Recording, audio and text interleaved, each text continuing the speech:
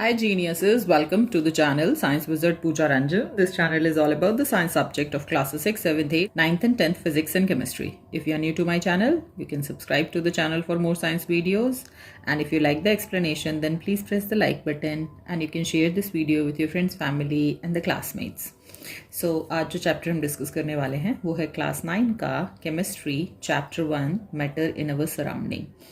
ये matter in our surroundings ये जो चैप्टर है मैं एनसीईआरटी बुक से डिस्कस कर रही हूँ। तो सबसे पहले जान लेते हैं मैटर क्या होता है। ठीक है, सो मैटर कोई भी वो चीज़ हो सकती है आपके चारों तरफ जो कि ऑक्यूपाई करती है स्पेस और जिसका मास होता है।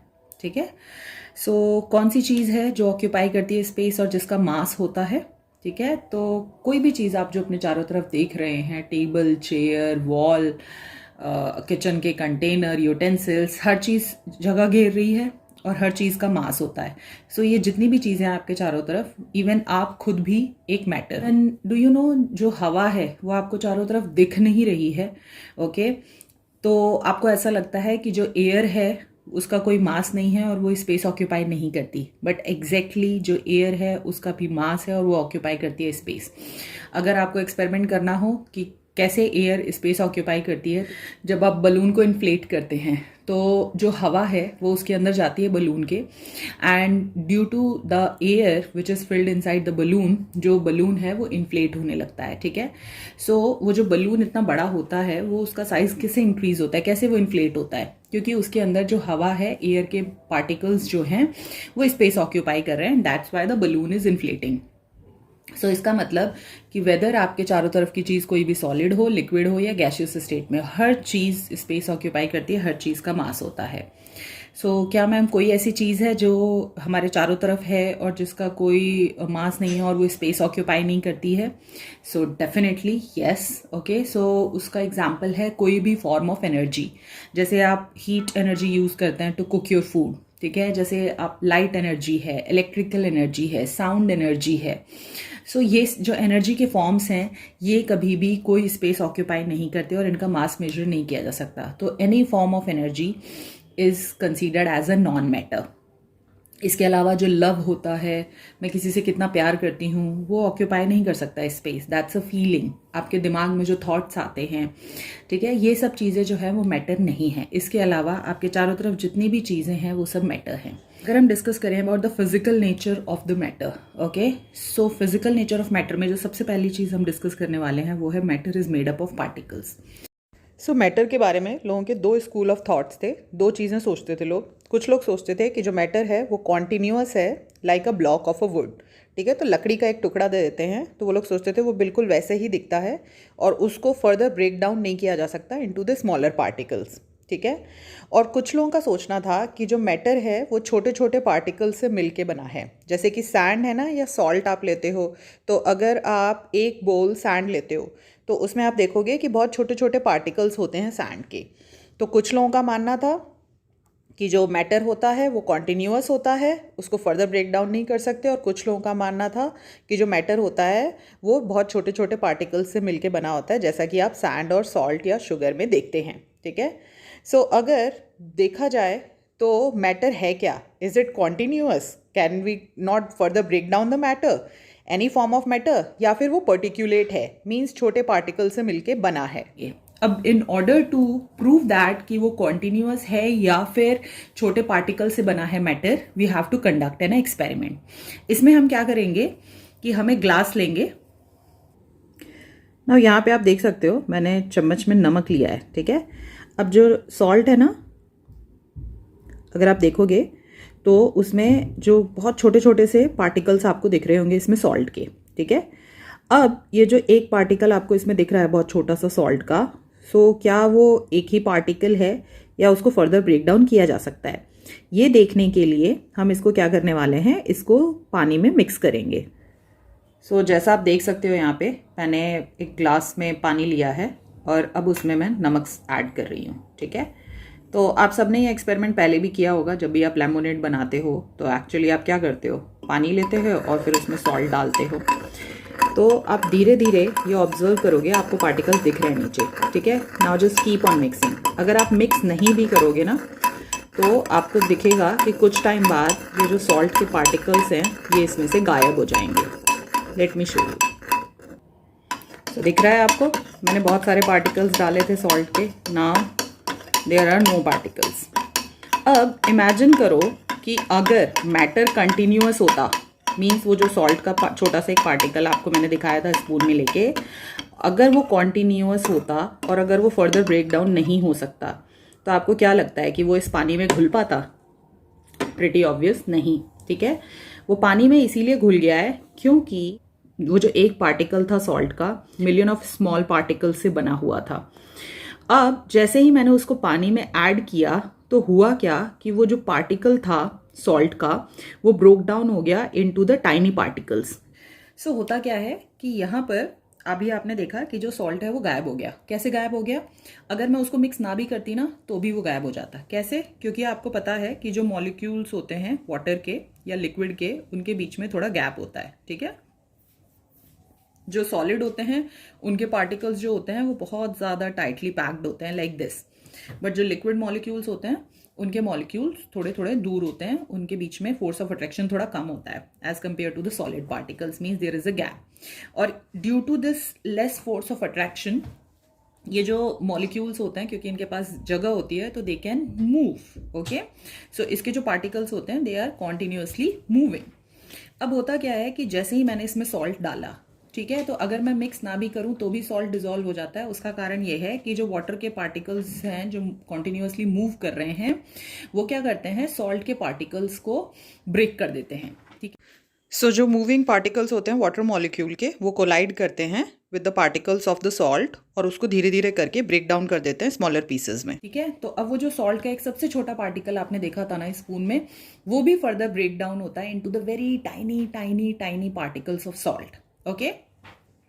और क्योंकि वो ब्रेक डाउन हो जाता है into the very tiny tiny particles, so वो टाइनी पार्टिकल्स क्या करते हैं कि आपके वाटर मॉलिक्यूल्स के बीच में जाके एडजस्ट हो जाते हैं, ठीक है। और थोड़े टाइम बाद हम ये कहते हैं कि सॉल्ट सॉल्युबल हो गया। कैसे सॉल्युबल हो गया?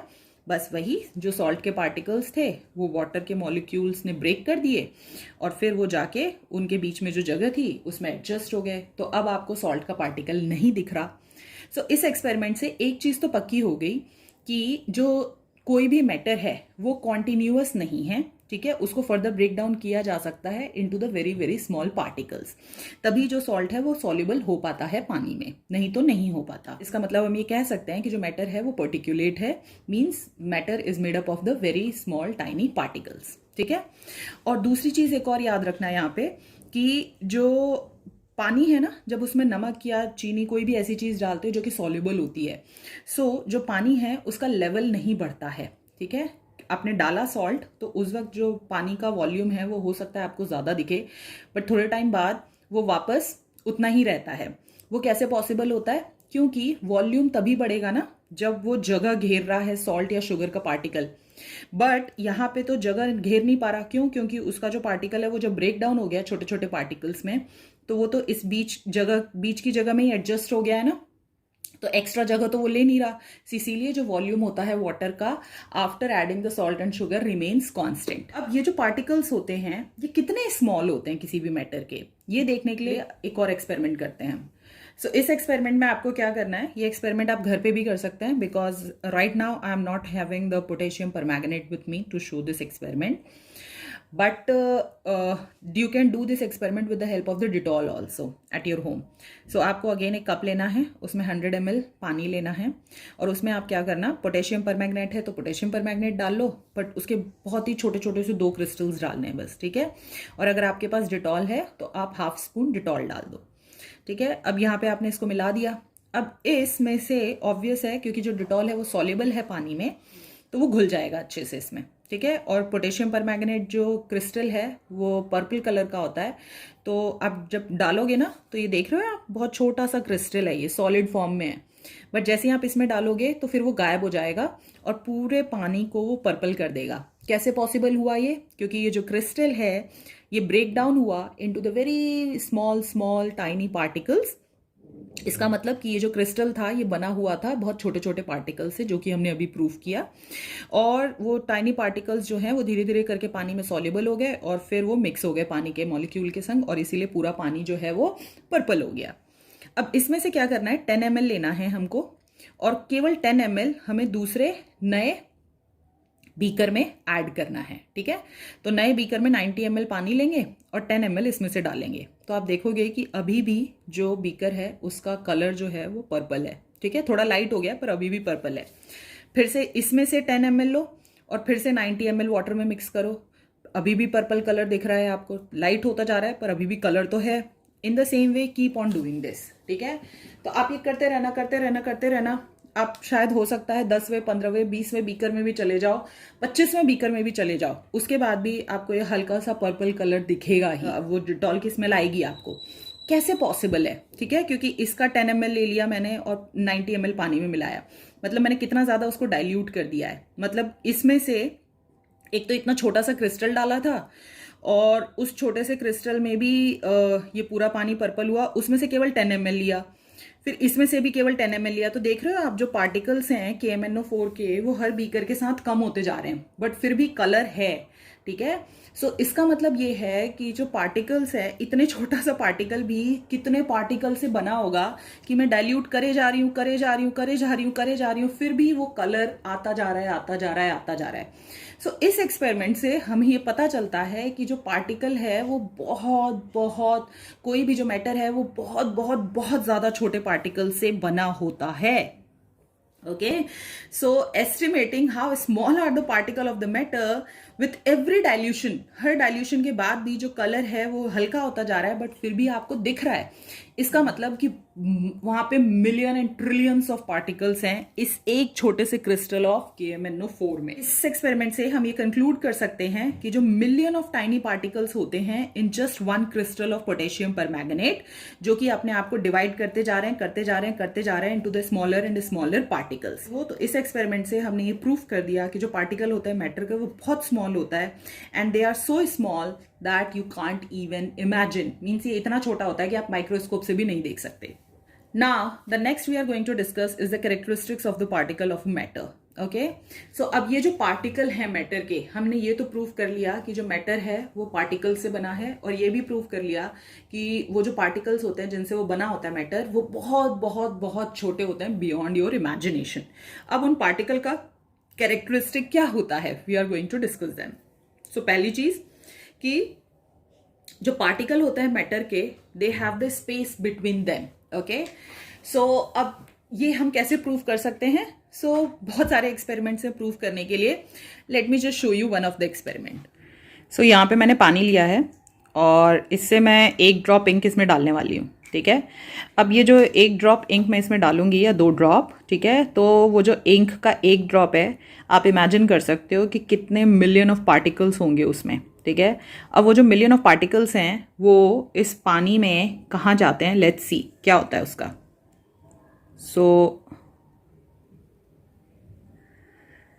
So you can see one thing, मैं इसमें कुछ भी नहीं कर रही हूँ। Can you see that? I am not doing anything at all.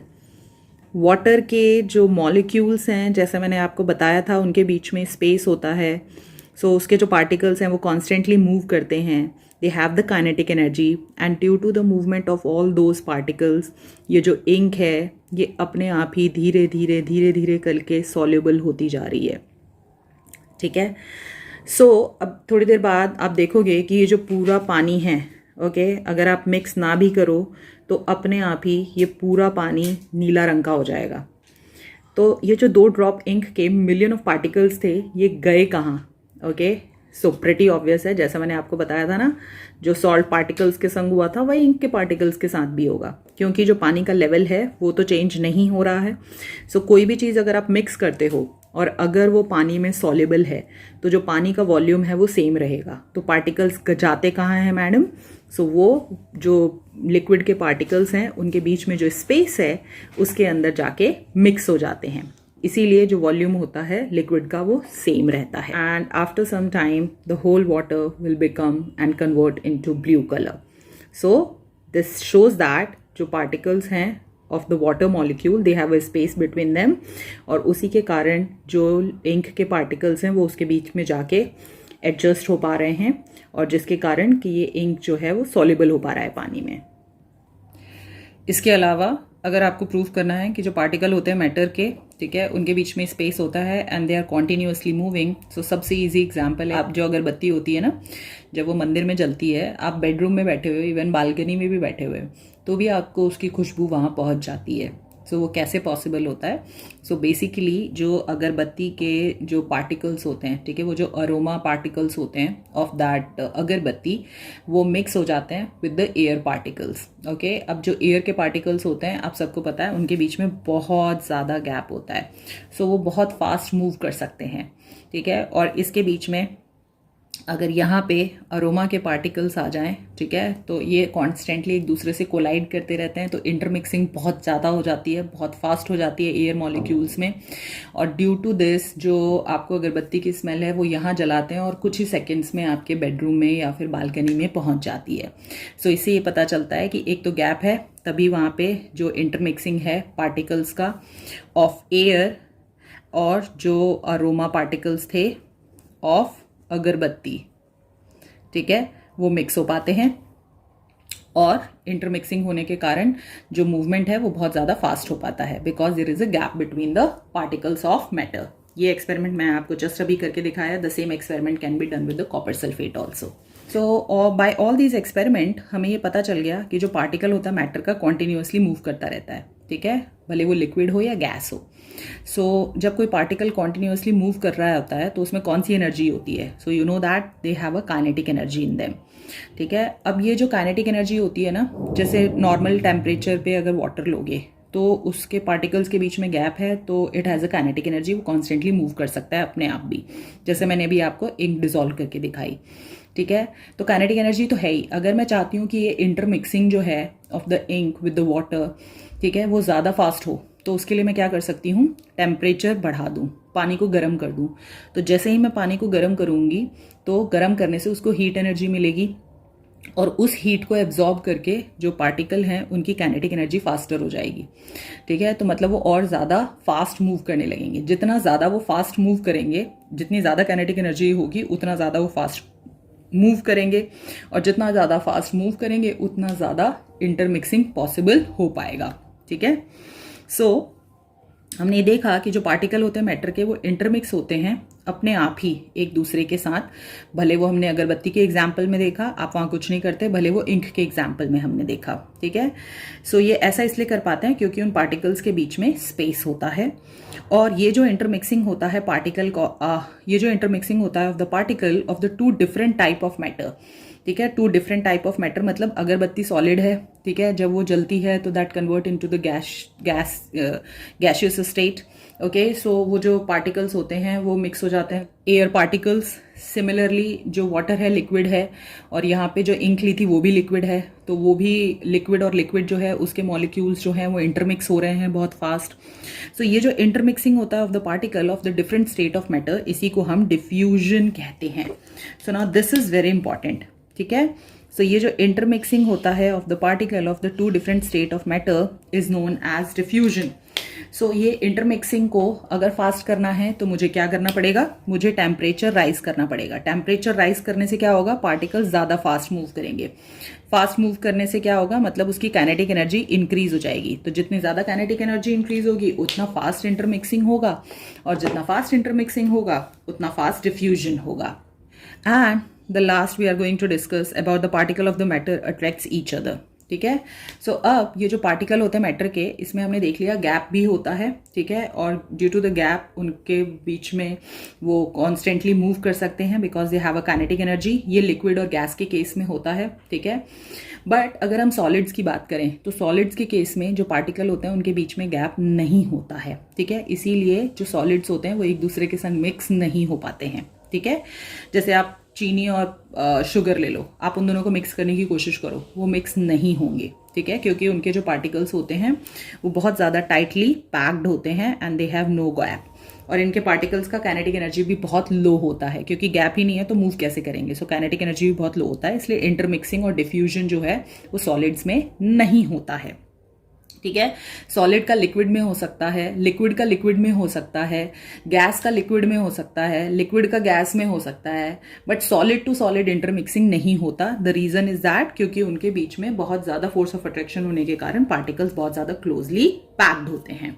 ठीक है, एक बहुत ईजी एग्जाम्पल है, एक आयरन नील लो, पीस ऑफ चॉक लो और रबर बैंड लो। ठीक है, अब इन सबको ब्रेक करने की कोशिश करो by hammering, cutting and stretching. So मतलब कि आपको आयरन नेल को ब्रेक करना है बाय हैमरिंग, और जो पीस ऑफ चॉक है उसको कट करके ब्रेक करना है, और रबर बैंड को स्ट्रेच करके ब्रेक करना है।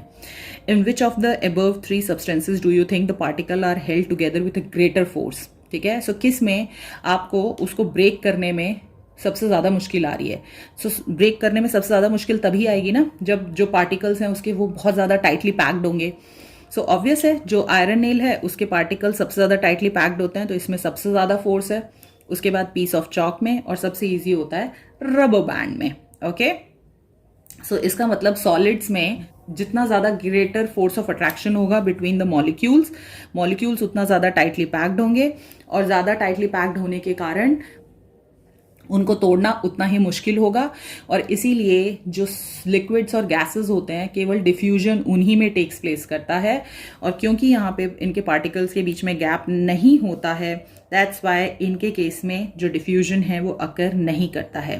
सो हम ये कह सकते हैं कि जो स्ट्रेंथ होता है फोर्स ऑफ अट्रैक्शन का वो वेरी करता है from one kind of matter to another.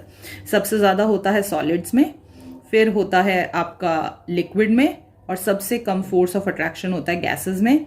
और इसीलिए जो गैस के पार्टिकल्स होते हैं वो एक दूसरे से बहुत ज्यादा दूर दूर होते हैं क्योंकि फोर्स ऑफ अट्रैक्शन सबसे कम होता है। So this is it about this video. Rest of the topics I will discuss in the next video. Let's meet in the next video. अगर आपको कोई डाउट है तो आप कमेंट सेक्शन में मुझे लिख सकते हैं।